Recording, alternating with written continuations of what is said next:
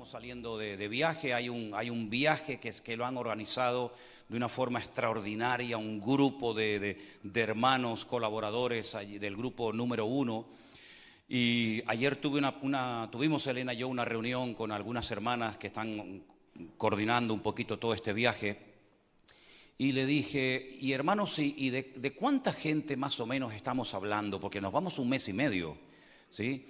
Vamos a estar recorriendo diferentes estados de los Estados Unidos, aprovechando que estamos cerca de México. Vamos a dar un salto a México para ver los hermanos y las obras que tenemos allí. Y me dice, bueno, en este momento, ya inscritos que han pagado su inscripción. Cuando hablo de pagar la inscripción, no me refiero a pagar una entrada para un culto. No, nosotros no trabajamos así. Lo que pasa es que no tenemos locales de culto. Tenemos solamente, quiero decirles que solamente tenemos un local de culto con el nombre, con dirección, con todo, en el estado de Nevada, en Las Vegas. Ahora mismo nos están viendo los hermanos en directo, tienen 5 pantallas en el salón y es el único local de culto que tenemos en los Estados Unidos. Entonces tenemos que alquilar hoteles, tenemos que alquilar salones de hoteles, ya los hermanos vienen, cenan, hacemos culto, hacemos bodas, presentamos a niños, hacemos bautismos a una hora diferente al culto. Y claro, pues todo eso lógicamente hay que pagarlo, ¿no? Los hermanos de Estados Unidos y de otros países han cubierto absolutamente todo. Esta iglesia no ha puesto ni un centavo en este viaje. Todo lo han cubierto los hermanos y está yendo de maravilla. Han recogido todo lo necesario y más para poder cubrir con todos estos gastos. Pero a lo que iba, hermana, ¿y cuántos más o menos se han anotado para este evento? ¿Saben cuánta gente ya están anotados con su inscripción pagada? 5,000 personas. 5,000 personas. Dice, pero, pastor, quiero que sepa que hay otras iglesias donde vas a predicar, iglesias bautistas en New Jersey, en Miami y tal, que no contamos con esa membresía, porque son gente de otras congregaciones, solamente de los que se han inscrito oficialmente a través de donde tenían que haberse anotado, 5,000 personas. Así que tendremos que aprendernos 5,000 nombres nuevos en este viaje. ¿Qué les parece? Oren por favor, porque va a ser un viaje muy intenso. No vamos a parar. Me mandaron una lista y creo que hay como más de 30 predicaciones en ese corto periodo de tiempo, y cuando no predicamos porque estamos viajando en coche o en avión de un estado a otro. Vamos a ir desde la costa este hasta la costa oeste, vamos a estar por un montón de lugares con cambios horarios. Aparte de todo eso está el pastor online, que tendré que hacerlo en algún momento, están los devocionales de cada día. Así que el Señor nos dé fuerza y nos dé gracia, pero yo estoy plenamente convencido que va a ser un tiempo extraordinario. Y ya le dije a las hermanas, vayan pensando el año que viene en organizar 2 congresos, no uno, porque es un país demasiado grande. 2 congresos para el mes de mayo, uno en la costa este y otro en la costa oeste, aparte del que ya estamos también organizando al año que viene para la Semana Santa, como ha sido este año. Así que trabajo hay para dar y vender. Trabajo hay, nos hacen falta, mira, maestras de escuela dominical. ¿Dónde quieres ir a trabajar? ¿A Colombia? Te mando mañana. ¿A México? ¿A Estados Unidos? Nos hacen falta maestros, nos hacen falta pastores. Nos hacen falta líderes de jóvenes, nos hacen falta músicos. Si alguien aquí dentro se aburre o busca afuera, es porque no has hablado conmigo. Porque trabajo hay que no te puedes ni imaginar. Todos los días se abren puertas, todos los días nos llaman iglesias, todos los días nos llaman pastores, aparte de lo que ya tenemos. Por eso yo hoy voy a hablar de un tema que cuando yo lo anuncie ahora, aunque ya se anunció el título en el canal, ustedes dirán, o alguno dirá, pero yo eso ya lo sé. Es que yo sé antes de comenzar a predicar que muchos de ustedes ya saben lo que yo voy a predicar esta tarde. Cuando comience a compartir algunos textos y algunos temas y algunas cosas, algunos de ustedes, no todos, dirán, eso yo ya lo sabía, eso yo ya lo había oído. Pero también sé que hay algunos aquí que a lo mejor nunca han oído lo que yo voy a compartir en esta tarde. Porque de lo que quiero hablar es, ¿qué es la iglesia? Cierra tus ojos ahí donde estás y oramos al Señor un momentito.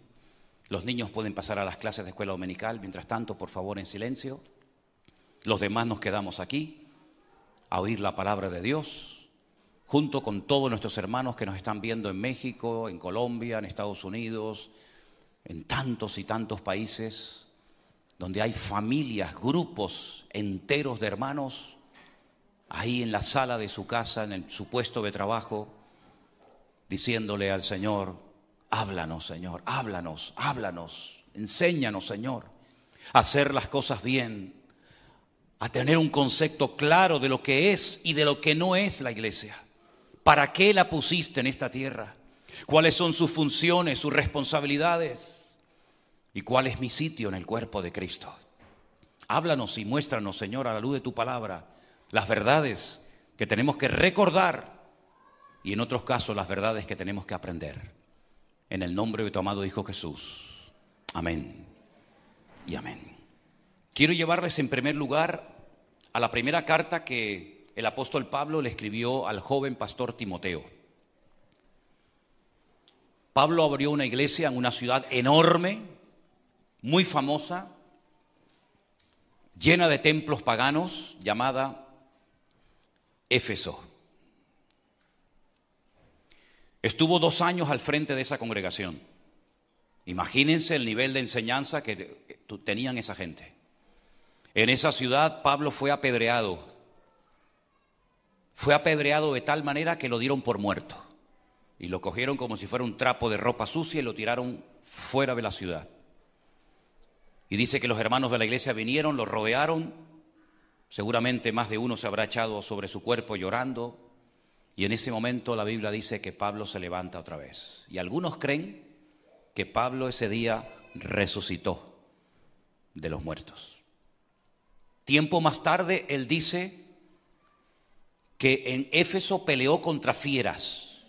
Es decir, los comentaristas creen que a lo mejor a Pablo lo echaron en la arena de algún circo romano a pelear con alguna fiera salvaje y el Señor lo cuidó y lo protegió. Fíjense de lo que estamos hablando.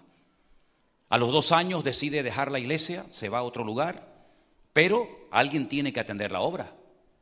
Alguien preparado, alguien capacitado, alguien fiel tiene que quedarse al frente de esa congregación que cuenta la historia secular que probablemente rondaban los 200,000 miembros. La iglesia más grande del siglo I. De esa iglesia salieron personas como Juan, Tíquico, Priscila, Aquila, Timoteo, y establecieron otras iglesias en ciudades cercanas como Esmirna, Pérgamo, Tiatira, Sardis, Filadelfia, etc. Pero Éfeso era como la iglesia madre, la base de la cual salían obreros. Allí se cree que María, la madre de nuestro Señor Jesucristo, estuvo hasta los últimos días de su vida en la casa del apóstol Juan, que también terminó muriendo en Éfeso. Y Pablo decide mandarle de vez en cuando alguna carta a Timoteo porque cuando Pablo salió de la iglesia empezaron a surgir dentro de la iglesia una serie de líos, una serie de problemas que tenían que ser rápidamente solucionados. De hecho, si ustedes leen, por ejemplo, en el libro de los Hechos, el capítulo 19, la fundación de la iglesia y tiempo más tarde la despedida, Pablo dice: yo sé, y es muy claro, yo sé que después de mi partida se levantarán de entre vosotros, y dice que es la despedida de los ancianos, imagínate. Yo sé que de entre vosotros se levantarán lobos rapaces que no perdonarán al rebaño. Y en esta congregación, donde Pablo sabía que se iban a levantar problemas muy grandes, es donde establece y le pide a Timoteo que se quede al frente de la misma. Probablemente a raíz de la tremenda responsabilidad que experimentó este pastor, se enfermó del estómago. Prueba de ello que Pablo hace mención de los problemas de estómago que tenía Timoteo. Yo pienso que eran debidos a los nervios y a la presión tan grande que tenía. Y hay un momento en el que Pablo le escribe a Timoteo, que ya es un pastor, y miren lo que le dice en el capítulo 3, versículo 14. Esto te escribo, aunque tengo la esperanza de ir pronto a verte, para que si tardo, escuchen bien ahora, sepas cómo debes conducirte en la casa de Dios, que es la iglesia del Dios viviente, columna y baluarte de la verdad. Es decir, que lo que Pablo tiene en mente cuando le está escribiendo estas palabras a Timoteo es Yo quiero que tú aprendas, quiero instruirte, quiero enseñarte. Y estamos hablando de una carta escrita a un pastor, después de haber estado años viajando con Pablo, después de haber estado bajo el ministerio de Pablo durante años. Le escribe una carta y le dice, mira, el objetivo por el cual yo te escribo esta primera carta, luego le escribiría otra, es para que tú sepas cómo te tienes que comportar en la iglesia. Y yo me he preguntado muchas veces, y es que Timoteo no sabía a estas alturas de su vida, siendo un pastor, cómo se tiene que comportar un creyente en la iglesia. Esto a mí me ha hecho pensar muchísimo, créanme. A título personal, yo me devoro la cabeza preguntándome y diciendo, pero Señor, si tú le tienes que decir a un pastor, te voy a escribir esta carta para que sepas cómo tienes que conducirte, cómo tienes que comportarte en la iglesia, imagínense lo que se le diría a un cristiano de a pie que no está en el ministerio, que no está en la obra a tiempo completo, la cantidad de consejos que se le tendría que dar para que sepa cómo debe de comportarse dentro de la iglesia. Porque yo me pregunto, ¿tú te sabes comportar en la iglesia? Porque cuando vas a trabajar, el jefe te pone clarito desde el primer día, el horario de trabajo suyo va a ser de 8 de la mañana a 1 y de 5 a 8 a 9. Usted va a cobrar este sueldo, las vacaciones me las tiene que pedir con mucho tiempo de antelación. Si hay más trabajo de la cuenta, se tiene usted que quedar. Y entonces el jefe te va dando las pautas de cómo te tienes que comportar, de lo que tienes que hacer, de lo que no tienes que hacer en tu puesto de trabajo. Y todos decimos, sí, no hay problema, no pasa nada. Porque hay normas en un trabajo, hay normas en una escuela, en un instituto, en una universidad y también en una iglesia, ¿o no? ¿Sabemos comportarnos después de tantos años convertidos y asistiendo a esta o a otras iglesias? ¿Sabemos comportarnos hoy en día? Podríamos decir todos, sí, yo sé. Vale, perfecto, me alegro mucho. Pues entonces, como dice el refrán, por la boca muerde el pez. Si sabes comportarte, voy a ver si lo sabes demostrar.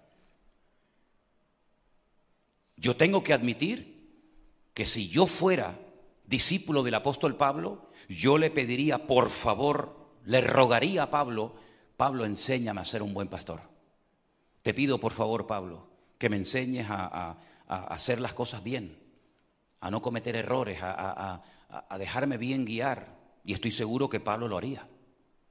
La pregunta es, ¿tú quieres aprender? ¿Tú quieres aprender? ¿Tú quieres ser pastoreado?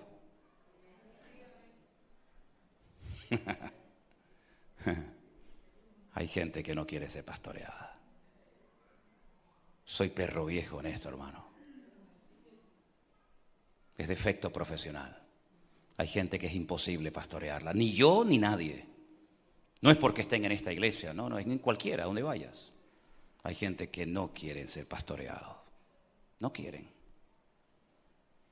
Yo esta mañana en el culto que tuvimos de bautismo en el Puerto de la Cruz, le dije a los hermanos que hoy me gustaría hablar de la diferencia que hay entre congregarse e involucrarse en la iglesia. No es lo mismo, ¿eh? Aquí hay gente en esta iglesia que se congrega, pero no están involucrados. Yo lo sé, tengo 61 años, voy a hacer ahora.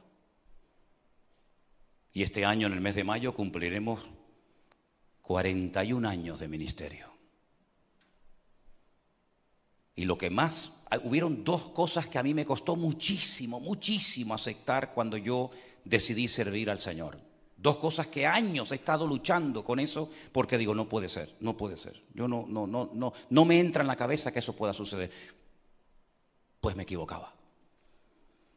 Me costó muchísimo aceptar que en el ministerio existen celos y envidias. No me entraba en la cabeza. A mí no me entraba en la cabeza que una persona puede ponerse celosa porque Dios bendice a uno más que a otro, o porque este tiene más que el otro, o porque este es más conocido que yo. A mí no me entraba eso en la cabeza. Porque yo creo que la envidia y los celos en la iglesia no deberían de existir. Yo creo que deberíamos de gozarnos cuando un hermano, cuando un pastor, cuando una iglesia está siendo prosperada, está creciendo, está siendo bendecido. Yo creo que la alegría debería ser de todos, ¿sí o no? Y como también nos debería de doler cuando una iglesia no crece. O cuando nos enteramos de que un pastor ha muerto, cuando nos enteramos que una iglesia se ha cerrado, o una iglesia no tiene músicos, o no tiene maestra de escuela dominical. Claro, nos debería de doler y también nos debería de alegrar la bendición y la prosperidad. Y yo te digo, tardé años en decir, no puede ser que haya pastores con celos y envidia. No puede ser. Pues lamentablemente los hay. ¿Qué quiere que les diga? Y otra cosa que me afectó muchísimo, me costó muchísimo aceptar, es que hay gente que no van a cambiar, gente que no quieren ser pastoreados, gente que no quiere aprender. No me entraba en la cabeza, porque yo digo, entonces, ¿para qué se convirtió? ¿Para qué viene esta iglesia? ¿Para qué vienen aquí? No me entraba en la cabeza, ni me entra. Cuando yo leo en estos días, yo te escribo esto para que sepas cómo debes conducirte, cómo debes de comportarte, cómo debes de actuar en la iglesia del Señor, en la casa de Dios, que es la columna y el baluarte de la verdad. Y esto se lo dice Pablo a otro pastor. Yo digo, Dios mío, ¿cuánto tenemos que aprender? Entonces el tema o el título del mensaje es, ¿qué es la iglesia? ¿Qué es la iglesia? ¿Y qué no es la iglesia? Todos sabemos a estas alturas, creo que lo tenemos muy claro, que la iglesia no es el edificio, no son las paredes. Eso lo tenemos clarísimo, ¿sí o no? Nosotros podríamos reunirnos aquí en esta plaza, en el monte, en la playa, y seguiríamos siendo iglesia. Porque la iglesia no es un edificio, no son las bancas, no es el púlpito, no son las luces, no es el equipo de sonido. La iglesia somos nosotros, hombres y mujeres lavados, comprados, redimidos por la sangre de Jesucristo. Y nos da igual si tenemos sonido o no. Y nos da igual si tenemos buena silla o nos tenemos que sentar en el piso. Nos da igual. Porque no dependemos de esas cosas. Gloria a Dios por las sillas que Dios nos dio. Gloria a Dios. Y gloria a Dios por la gente que ha ofrendado para poder tener un buen equipo de sonido. Y gloria a Dios por el hermano que hace 20 y tantos años compró este púlpito y fuimos a hacerlo para esta iglesia. Y gloria a Dios por los hermanos que han trabajado para tener unos buenos baños y unas clases para los niños. Gloria a Dios por eso. Pero si no tuviéramos nada de eso, seguiríamos siendo iglesia. Porque la iglesia no es la silla, las paredes, las butacas, las bancas. No es eso. Son personas como tú y como yo, que hemos entendido y abrazado el evangelio y hemos decidido servir al Señor con dinero, sin dinero, con gente, sin gente, con apoyo o sin apoyo. Lo tenemos más claro que el agua. Y creo que lo hemos demostrado, ¿eh? Eso está más que claro. Si eso no es la iglesia, ¿qué es entonces la iglesia? Somos nosotros, comprados por Cristo, redimidos por el Señor. Hoy hemos participado del pan y el vino. Luego entendemos que hay un pacto detrás de esto. Un pacto de sangre, un pacto de misericordia, un pacto de amor. Lo entendemos. Hoy hermanas se han bautizado. ¿Por qué? Porque han entendido el evangelio. No es que ha sido una emoción, es que han entendido el evangelio. Han nacido de nuevo y quieren manifestar su fe sin vergüenza, sin ocultarse, delante de testigos y delante de Dios, por supuesto, con el acto del bautismo. Todo eso lo tenemos claro. Y comenzamos a asistir a la iglesia, a esta o a cualquier otra. Comenzamos a hacer acto de presencia. Y los que están casados, pues vienen con sus esposos o con su marido, lógicamente. Y si tienen hijos, pues vendrán con sus hijos. Y si tienen nietos, pues vendrán con sus nietos, ¿verdad? Y comenzamos a asistir. Decimos, bueno, ¿cuándo se reúne esta iglesia? Pues mira, tenemos un culto los jueves por la tarde. Tenemos un culto de jóvenes los sábados. Hay un culto por la tarde aquí. Hay reuniones por Zoom constantemente. Los martes para los hombres, para mujeres. Constantemente hay prácticamente actividades todos los días. Yo lo dije el otro día, reuniones de hombres. Todos los martes hay una reunión de hombres donde hay ahí un montón de hermanos. Reuniones de oración, ahí tienes reuniones de oración. Hay de todo. Hasta escuela dominical para niños que no son de aquí, que son de otros lugares. Niños que viven en la selva, niños que viven en lugares donde no hay iglesia y se les da escuela dominical para ellos y para ellas. Porque la iglesia virtual no es ponerse delante de una pantalla a ver un culto. Eso lo hace cualquiera. Detrás de todo esto hay maestras de escuela dominical, detrás de todo esto hay actividades, hay cursos, hay oración, hay montones de cosas. ¿Se da cuenta? Prueba de ello que esta tarde hay personas aquí físicamente que se han convertido, se han reconciliado con el Señor, han entendido el Evangelio a través de las redes sociales. Y Dios ha hecho milagros de sanidad y de liberación, y gente que ha dejado la idolatría. ¿Por qué? Porque han entendido el Evangelio, gloria al Señor, por estos medios. Gloria a Dios, ¿verdad? Pero la iglesia, una cosa es asistir y otra cosa es estar involucrado en la iglesia. Recientemente le pregunté a una persona, o hace algún tiempo le pregunté a una persona, le dije, mira, ven un momentito. Chalco, Torreón, 2 o 3 nombres más les di. Y me decía, ¿eso qué es? ¿Eso qué es? Digo, déjalo. El Centro Evangélico Vida Nueva no es simplemente este local que tenemos aquí. El Centro Evangélico Vida Nueva son niños, cientos de niños, y obras que están surgiendo por todas partes, y familias enteras, y hermanas que de su bolsillo están pagando locales, como por ejemplo en Cuenca, donde nos están viendo ahora mismo, porque no tienen un pastor que los atienda, pero han alquilado de su dinero un local para ver los cultos. Y en Torreón, y en Chalco, y en Colombia, y en tantos lugares más, que podríamos abrir ahora mismo una obra, porque ya la gente está. Esto nunca ha pasado, por lo menos en la historia de mi ministerio, nunca he visto que la gente está antes del obrero, nunca. Hemos abierto muchas iglesias, no solamente esta ni la de... Hemos abierto unas cuantas. Y siempre era el obrero el que iba, el que en tu casa, en el salón de tu casa, hablabas con el vecino, con el amigo, con el compañero, con fulano, con mengano, con algún hermano que no se congregaba, nos reuníamos, después crecíamos, alquilábamos un local, después nos íbamos a otro sitio, a otro local. Pero que los obreros, que las ovejas estén primeros que el obrero, yo nunca había visto esto, nunca. Yo le puedo dar a usted 10 o 12 sitios ahora mismo de la península ibérica, sin contar otros lugares, donde usted va y ya la gente está, pero no está el obrero, porque la mies es mucha y los obreros son pocos y a veces malos. ¿Qué le parece? Pero ya la gente está. ¿Quién nos iba a decir a nosotros en un pueblo de Castilla-León, con lo dura y con lo cerrado que son esas personas de allí? Ahí hay un grupo de hermanos en Ciudad Rodrigo, un pueblo precioso, uno de los pueblos más bonitos de España. Ciudad Rodrigo, provincia de Salamanca, a poquitos kilómetros de la frontera de Portugal. Ahí hay un grupo de hermanos. Mañana se puede ir una familia allí y abre una iglesia. Ya están la gente allí. Madrid ya tenemos una iglesia. La hemos bautizado. Ahí hay un grupo de hermanos preciosos. En Andalucía, donde quieran, pero no están los obreros. Entonces una cosa es asistir a la iglesia y otra cosa es estar involucrado.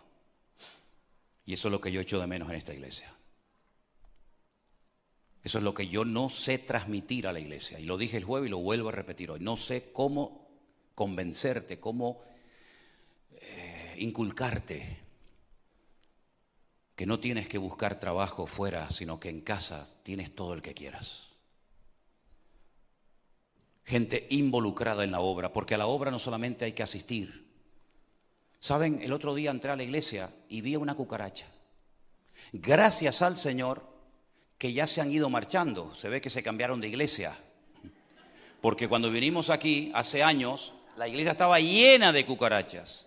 Como no teníamos ni donde caernos muertos, no teníamos dinero para fumigar la iglesia. No había dinero. Entonces entraban a los cultos de los jueves, de los domingos, a las escuelas dominicales, iban al rastro, se paseaban por toda la iglesia. Después, gracias al Señor, el Señor nos suplió y pudimos fumigar la iglesia. Fumigar se dice, ¿no? ¿Sí? Pudimos fumigar la iglesia y entonces ya las cucarachas como que se han ido. Pero el otro día entré y en la entradita había una patas arriba. Estaba todavía medio viva, medio coleando. Las cucarachas han asistido a esta iglesia durante años, pero nunca se involucraron en la iglesia. ¿Usted quiere ser oveja o quiere ser cucaracha? Porque cucarachas siempre hemos tenido, pero nunca han formado parte de la membresía. A ver, sáqueme la lista de las cucarachas que tenemos en la membresía de la iglesia. Tenemos una cucaracha con patas grandes, una con patas cortas, una que vuela, una que no vuela. ¿Usted quiere ser oveja o quiere ser cucaracha?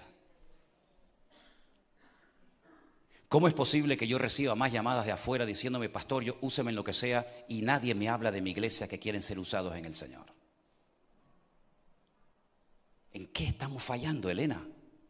¿Qué estamos haciendo mal? Porque no es normal que me llamen todos los días pastores de años Vamos a asistir, vamos a ir a una iglesia de 700 miembros en Hialeah, en Miami, una iglesia bautista. Y nos llaman, nos invitan. Y gente que se ofrece de todo el mundo para hacer lo que sea. Y de mi iglesia local nadie me llama. Nadie me dice, oye, hace falta ir a enseñar a los 30, 40, 50 niños que hay en Colombia y no hay escuela dominical. ¿Puedo ir allá a echar una mano unos meses? Vete para allá. ¿No mandamos a Osvaldo a México? Osvaldo lo mandamos a México, pagado, subvencionado por la iglesia para que él estuviera allí haciendo una obra, y hizo unos baños, hizo unas paredes para tener aquel local que tenemos alquilado dignamente, ¿verdad? Entonces, mis queridos hermanos, a la obra no solamente hay que venir a asistir de acto de presencia. Si sacáramos una foto ahora, si ahora sacáramos una foto, si ahora hiciéramos así un barrido con las cámaras, quedaría registrado que tú hoy estuviste en la iglesia. Con esa ropa, con esa falda, con ese pantalón, quedaría registrado. Pero eso es una cosa muy diferente a que tú estés involucrado en la obra. ¿Cuánto vale el alquiler del local en Las Vegas?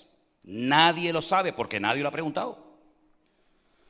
¿Cuánto vale dar de comer en esa campaña evangelística que vamos a hacer al aire libre para los homeless, los sin hogar en Las Vegas, donde ya se ha comprado la comida, donde ya las hermanas están haciendo toda la comida, porque vamos a hacer unos actos evangelísticos al aire? ¿Cuánto vale dar de comer a esa gente? ¿Cuánto vale el local que tenemos alquilado en Torreón? ¿Cuánto vale? ¿Quién compró las sillas? ¿Quién compró el equipo de sonido? ¿Quién compró las pantallas para que los hermanos ahora estén viendo en directo el culto? ¿Quién? ¿Se le está mandando alguna ofrenda a los hermanos de Colombia? ¿Se le está mandando alguna ofrenda a los hermanos de México? ¿Qué necesidad tienen los hermanos en México, en Colombia, en la península? ¿Qué necesidad hay? Ustedes no lo saben porque nadie pregunta. Nadie pregunta. Somos nosotros los que tenemos que rompernos la cabeza. Saca números por aquí, saca números por acá, saca de aquí, pon por acá, quita de aquí, dale a este, saca de esto, dale aquí, dale por allá. Y yo veo a algunos que están jugando. ¿A qué estáis jugando algunos? ¿A qué están jugando algunos de ustedes? Porque algunos están jugando a ser cristianos. No están jugando seriamente en las cosas del Señor. Hay tanto por hacer en la obra que a mí me queda menos ministerio del que ya he desarrollado. No lo sabéis. Que vamos a cumplir, Elena y yo, este año 61 años. Y ojalá me quedaran a mí 40 años más de ministerio, pero lo dudo. Ojalá que el Señor me dé 40 años más de ministerio. Pero la obra no solamente hay que venir a la iglesia y hacer acto de presencia y amén, vale, ya está. Sino que somos un cuerpo. Y en ese cuerpo el ojo no lo puede hacer todo. Y la mano no lo puede hacer todo. Nuestro hermano Osvaldo el viernes va a ser operado de la oreja. Tiene ahí unas cositas en la oreja. Las piernas están perfectamente, el corazón perfectamente, los oídos, la boca, todo. Pero hay un problemita ahí en la oreja que hay que operarlo. Pero es que un solo miembro no puede hacer absolutamente todo en la casa de Dios, en la iglesia. Timoteo, yo te escribo para que sepas cómo debes de comportarte. Y una de las cosas que el Señor dio a la iglesia, y esto es para todos, y si te duele, me da igual. No vas a canalizar nunca tu llamado ni tu ministerio fuera de tu iglesia. Esa es una de las funciones fundamentales de toda iglesia local. Ayudar a la gente a que sepa canalizar su llamado y su ministerio. Si tú quieres ser ayudado, te hablas conmigo. Si no, te buscas otra congregación, papá.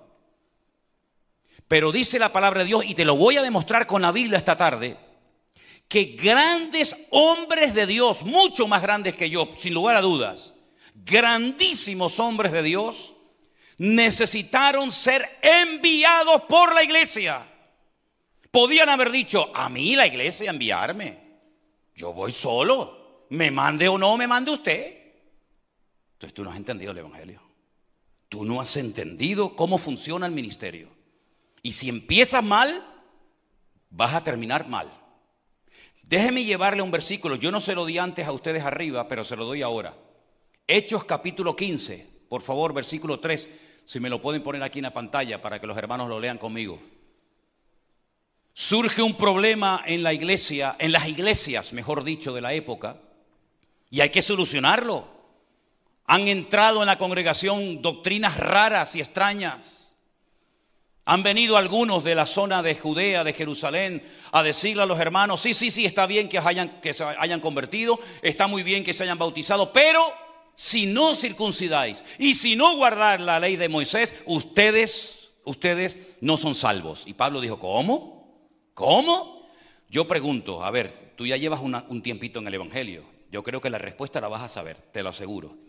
¿Ustedes creen que a estas alturas de la vida de Pablo y de Bernabé, como también vamos a ver ahora, él no tenía suficientes argumentos y conocimiento bíblico para ir a Jerusalén y decir, alto, alto, alto, no se pasen?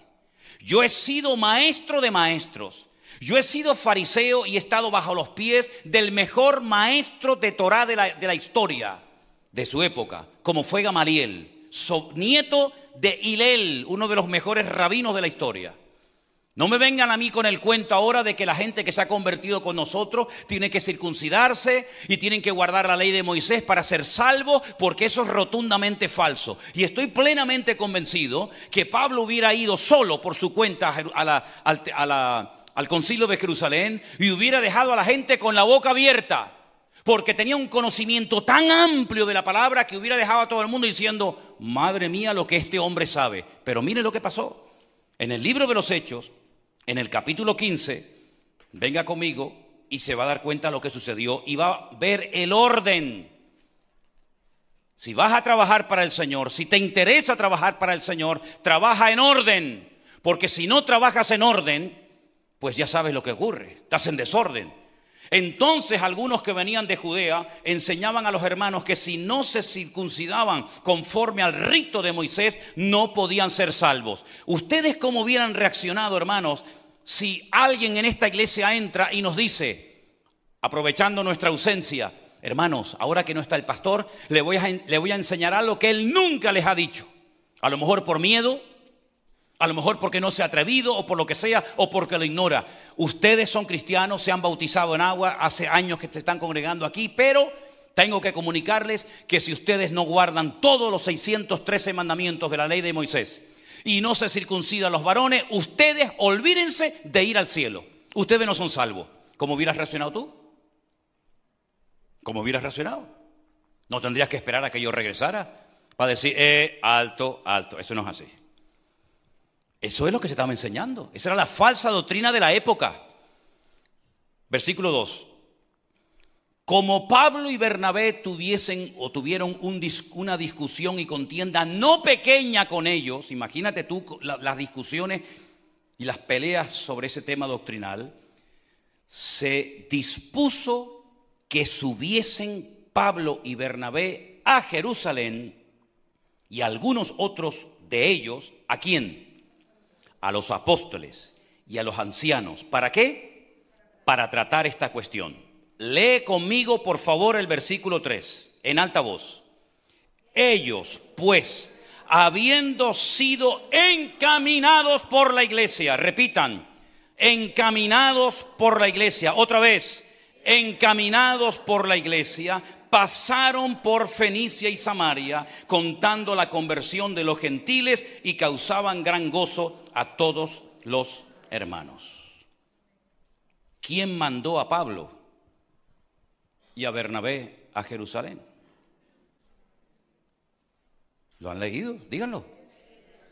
La iglesia. La iglesia. Pero es que resulta que Pablo y Bernabé no eran niños recién convertidos. Pablo y Bernabé ya habían hecho viajes misioneros. Ya era gente curtida en la obra, con experiencia, con conocimiento, con latigazos en la espalda, con encarcelamientos, con problemas. ¿Y que a mí me tiene que dar permiso la iglesia? ¿Me tiene que encaminar? ¿Qué es encaminar? Es dirigir, es arropar, es enviar, es mandar. Que a mí me tiene que decir la iglesia cuando yo estoy viendo un problemón terrible que va a destruir la unidad doctrinal de las iglesias, que a mí me tiene que enviar la iglesia a subir a Jerusalén, que yo soy Pablo, que este señor es Bernabé, que yo he levantado muertos, que yo he echado fuera demonios, que yo he abierto obras aquí y allá y cosas que ustedes no han hecho nunca.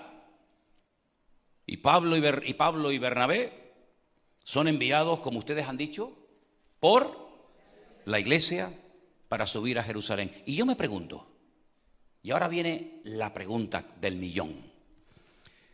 ¿Y si la iglesia no hubiera mandado a Pablo y a Bernabé a Jerusalén, ellos se habrían ido por su cuenta?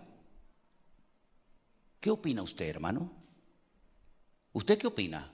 Voy a mencionar nombres de algunos de ustedes, porque como todos dicen así, no sé si están de acuerdo o no. Hermano Jorge, ¿usted qué opina? ¿Que Pablo y Bernabé, aunque la iglesia le hubiera dicho que no subieran o no le hubiera pedido, ellos se hubieran ido por su cuenta y riesgo? ¿Usted cree que no, verdad? ¿Santi? ¿Matías? ¿Anderson? ¿Rafael? ¿Sí o no? Ellos hubieran ido aunque la iglesia no los hubiera mandado.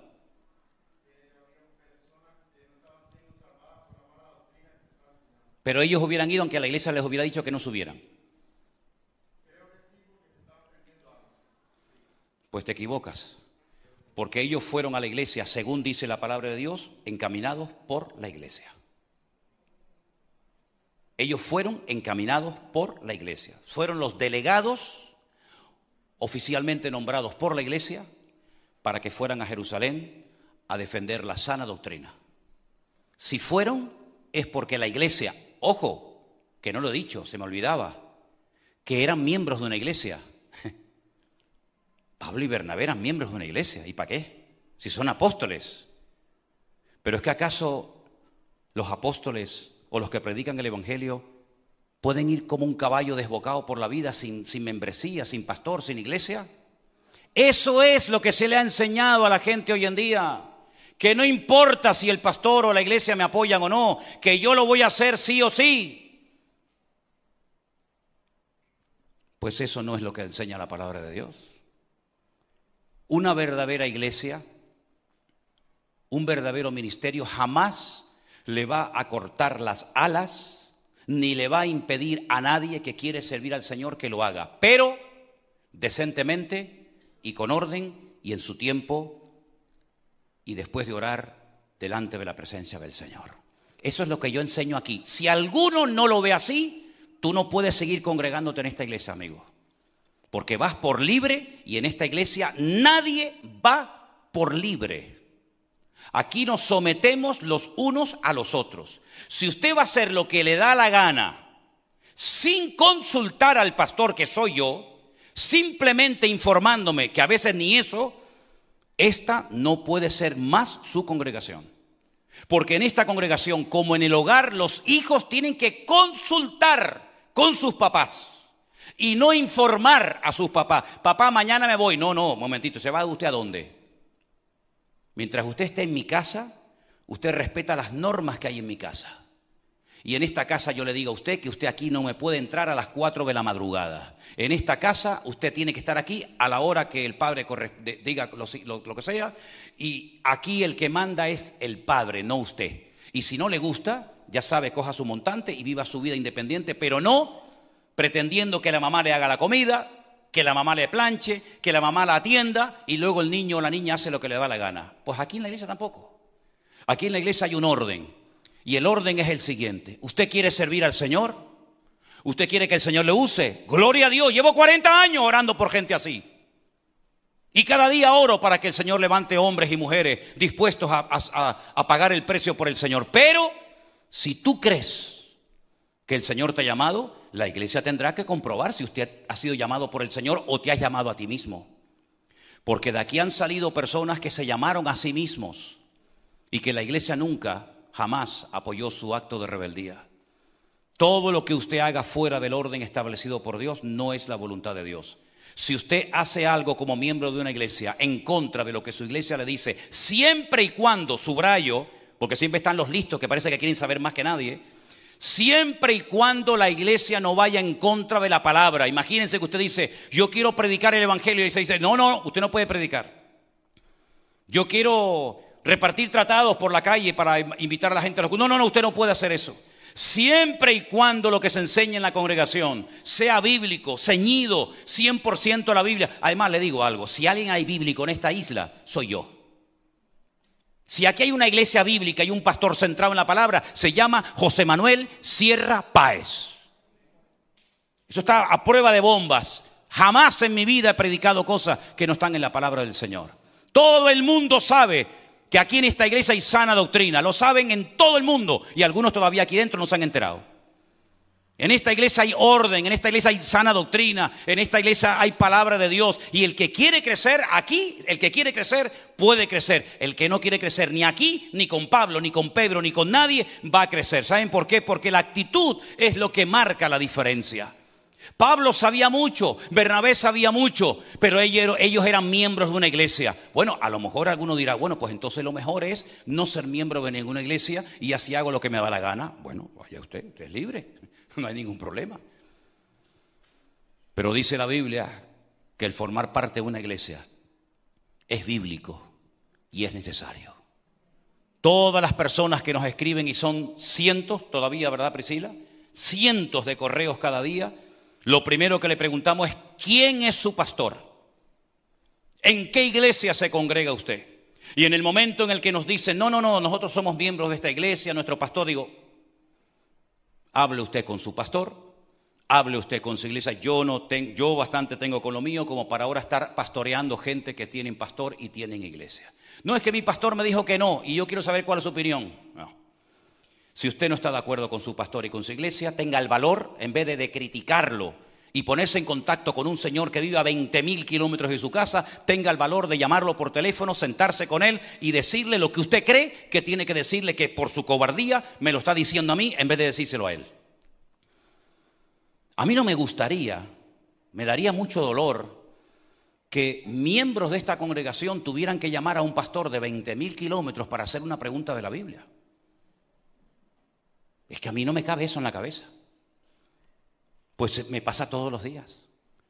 Pastor, ¿y usted qué opina de no sé qué? Y pastor, ¿usted qué opina de no sé cuánto? Y me podría explicar, y yo le digo, pero usted tiene pastor, usted tiene iglesia, sí, digo, ¿para qué me llama a mí? ¿Pero para qué están los pastores? ¿Para entretenerles a ustedes? ¿Para reírles las gracias?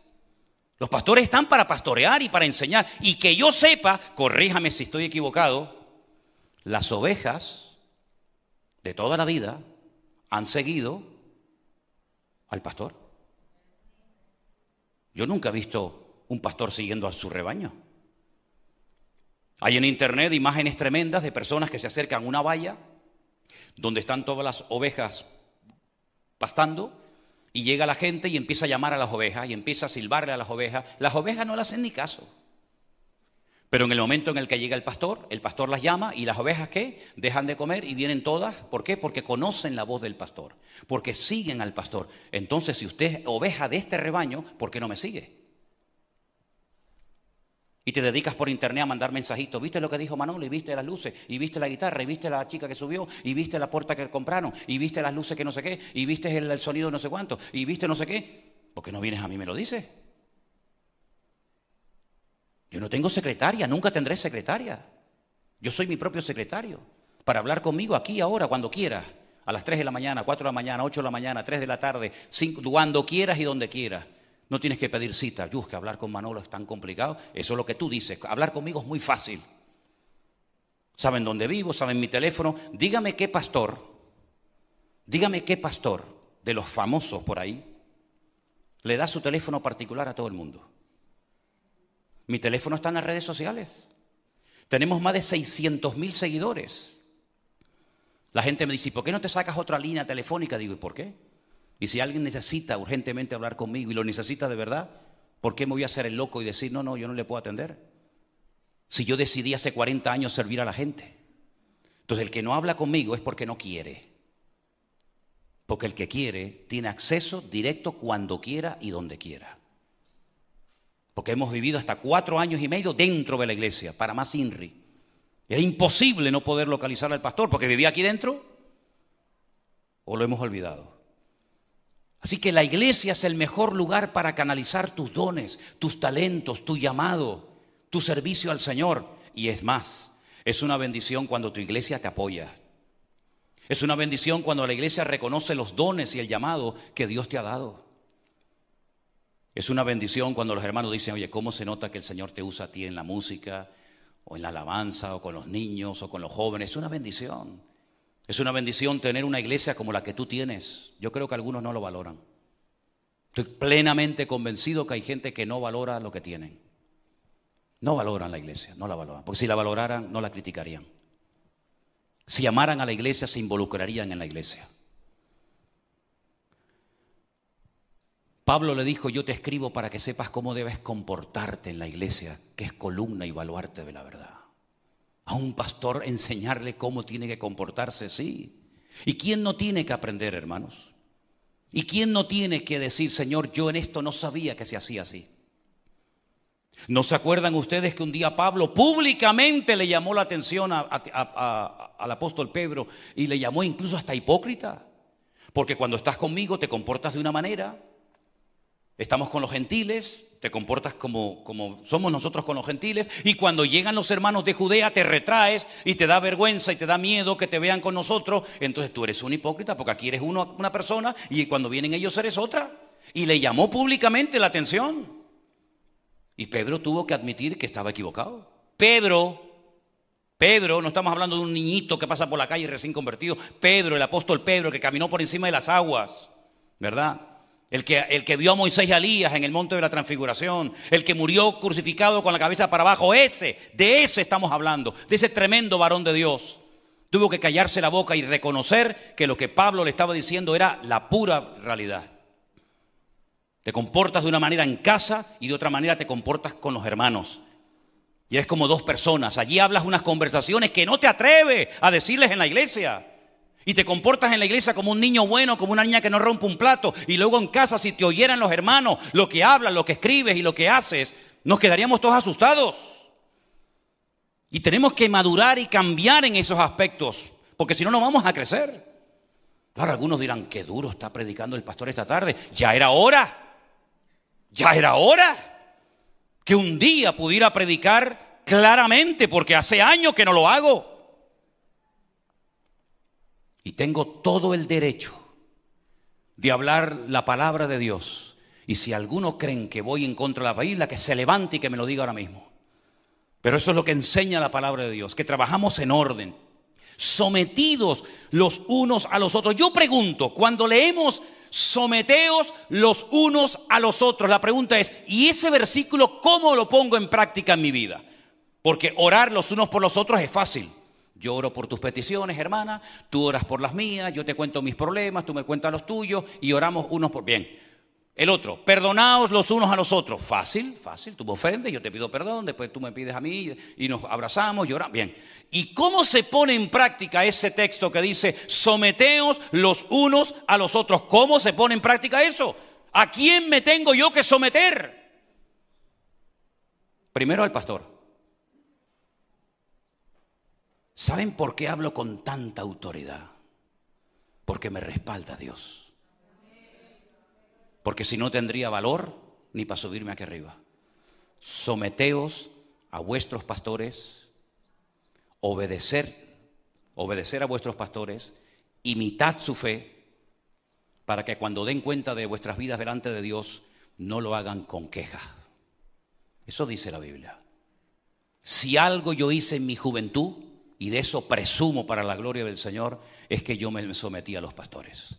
Cuando yo salí de la escuela bíblica me dieron un carnet. Yo era de las asambleas de Dios de aquella época, ya no lo soy. Pero cuando yo salí de la escuela bíblica, del seminario, 3 años, me dieron un carnet que se llamaba obrero cristiano. Lo plastifiqué y todo. Y nos decían, usted puede a partir de ahora predicar, pero no puede ni bautizar, ni casar, ni hacer servicios de Santa Cena, ni hacer ningún tipo de ceremonia en la iglesia. Tiene que estar 2 años simplemente sirviendo en lo que le digan en la iglesia. Entonces me cogían y me decían, este fin de semana tienes que ir al barrio tal y tienes que hacer una reunión al aire libre con niños. Y después el lunes traes y nos dice dónde estuviste, cuántos niños estuvieron. Bien, ahora tienes que ir este fin de semana puerta por puerta invitando a gente a la iglesia. Y tienes que decirnos en qué barrio estuviste, desde qué hora hasta qué hora estuviste. Bien, a la semana siguiente, ahora tienes que ir a la iglesia tal y tienes que decirle al pastor de esa iglesia que vas para limpiar la iglesia junto con el equipo de limpieza de esa iglesia. Y el pastor te tiene que firmar esta carta y enseñarla el lunes al director como que tú estuviste ese fin de semana limpiando la iglesia junto con otros hermanos. 2 años así.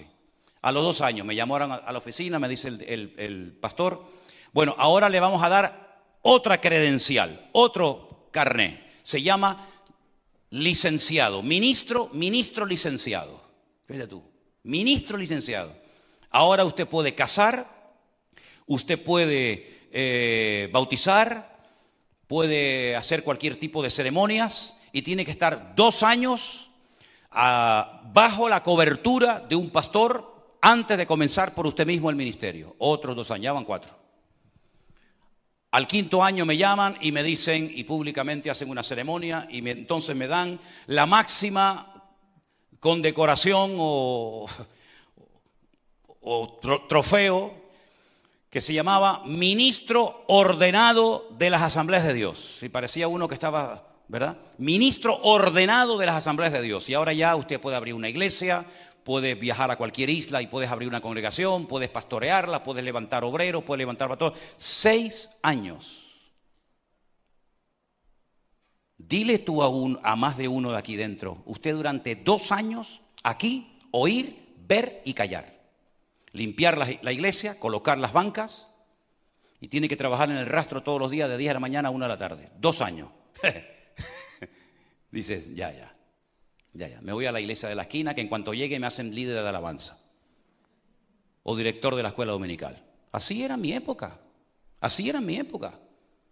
Y nadie se ofendía. No estoy traumatizado, sino al contrario. Doy gracias a Dios porque aquellos años fueron años de prueba, de entrenamiento, con gozo tremendo, donde los obreros, por lo menos los que veníamos a Tenerife a trabajar, y yo fui el primero que vine, no teníamos agua caliente porque no querían que tuviéramos agua caliente. Y te lo decían así, no queremos que ustedes tengan agua caliente para que se acostumbren a bañarse con agua fría. Y te daban un trozo de manguera, que yo lo tenía, hasta no hace muchos años lo tenía por ahí, un trozo de manguera así que lo ponías en el grifo del baño de la iglesia, y tenías que mirar que no hubiera ninguna hermana ni nadie, te ibas allí, cerraba la puerta, te duchabas con el grifo y después, lógicamente, tenías que fregar, dejar todo limpito porque dentro de 1 hora empieza el culto. Y el otro día me fui a la calle Velázquez, donde yo viví, y ya no es una iglesia, lógicamente, y me acordé, digo, ¿cuántas duchas de agua fría me pegué aquí adentro?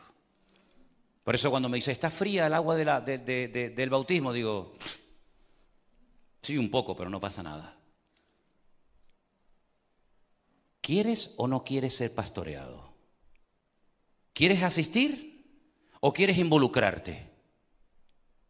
¿Quieres ser cucaracha o quieres ser oveja? Me voy el domingo.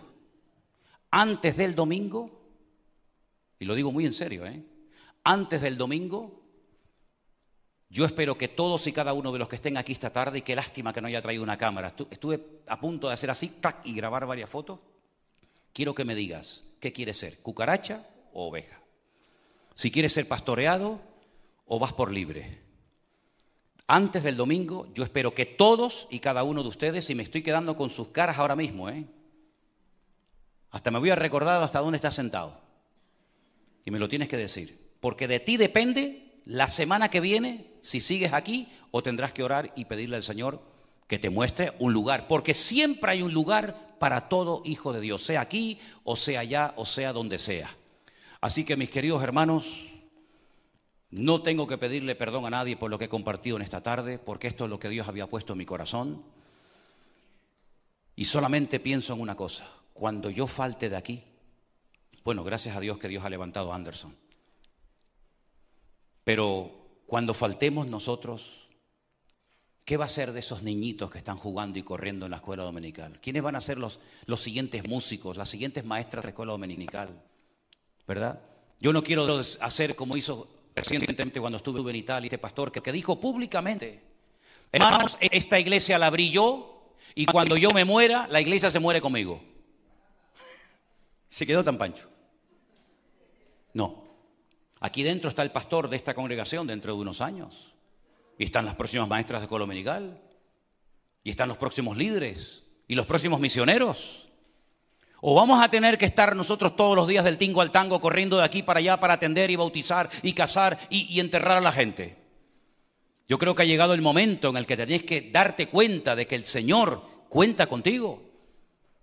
Estamos planificando, sí, el viaje ahora, pero ya estamos orando y planificando el viaje para Colombia y para Ecuador. Lo vamos a hacer, Dios mediante, en septiembre. Ya le he pedido, Ya le he pedido a algunos hermanos de la iglesia, quiero que vengas conmigo, yo no quiero ir solo allí. Y ya estamos orando por ese viaje. La obra en Colombia no para de crecer. Es increíble cómo está creciendo aquella obra. Anderson me decía, bueno, pues si te vas a Bogotá y alquilas un local o alquilas un salón de un hotel, a los 2 días está lleno de gente. Estamos hablando, hermano, no es una broma, de miles de personas, miles y miles de personas que están clamando a gritos, desesperadas. Pero ¿no habéis visto esta tarde que 2 hermanas se han venido de Suiza a tu iglesia para participar de la Santa Cena porque no tienen iglesia donde ellas viven? Eso es tremendamente impactante. A mí es que me entra un temor de Dios por dentro tremendo de ver cómo la gente hace un esfuerzo tremendo por venir a lo que ellos llaman mi iglesia. Mi iglesia, mis hermanos que conocen nuestros nombres, conocen el nombre de los niños de la iglesia, conocen las peticiones. Y eso a mí, hermano, me da un ánimo tremendo. Y les voy a decir una cosa, esto no ha hecho más que empezar. ¿Por qué? Porque lo mejor está por venir. Y el Señor está usando, yo no sé hasta cuándo, pero el Señor está usando esta iglesia. El Señor está bendiciendo esta congregación. El Señor está usando nuestras vidas. Yo miraba hoy la predicación de un pastor que la dio hace 6 años y tenía 243 visualizaciones. 6 años, un pastor, 243 visualizaciones. Miren ustedes los devocionales de la semana pasada y estamos hablando de miles y de miles. Hay predicaciones nuestras de la congregación que ya tienen millones de personas que las han visto. Y lo que no puede ser es que no seamos conscientes de que estamos viendo un inicio de un renuevo espiritual sin precedentes. De una iglesia pequeña, de una isla pequeña, de gente insignificante como nosotros, pero que el Señor ha dicho, ahora voy a...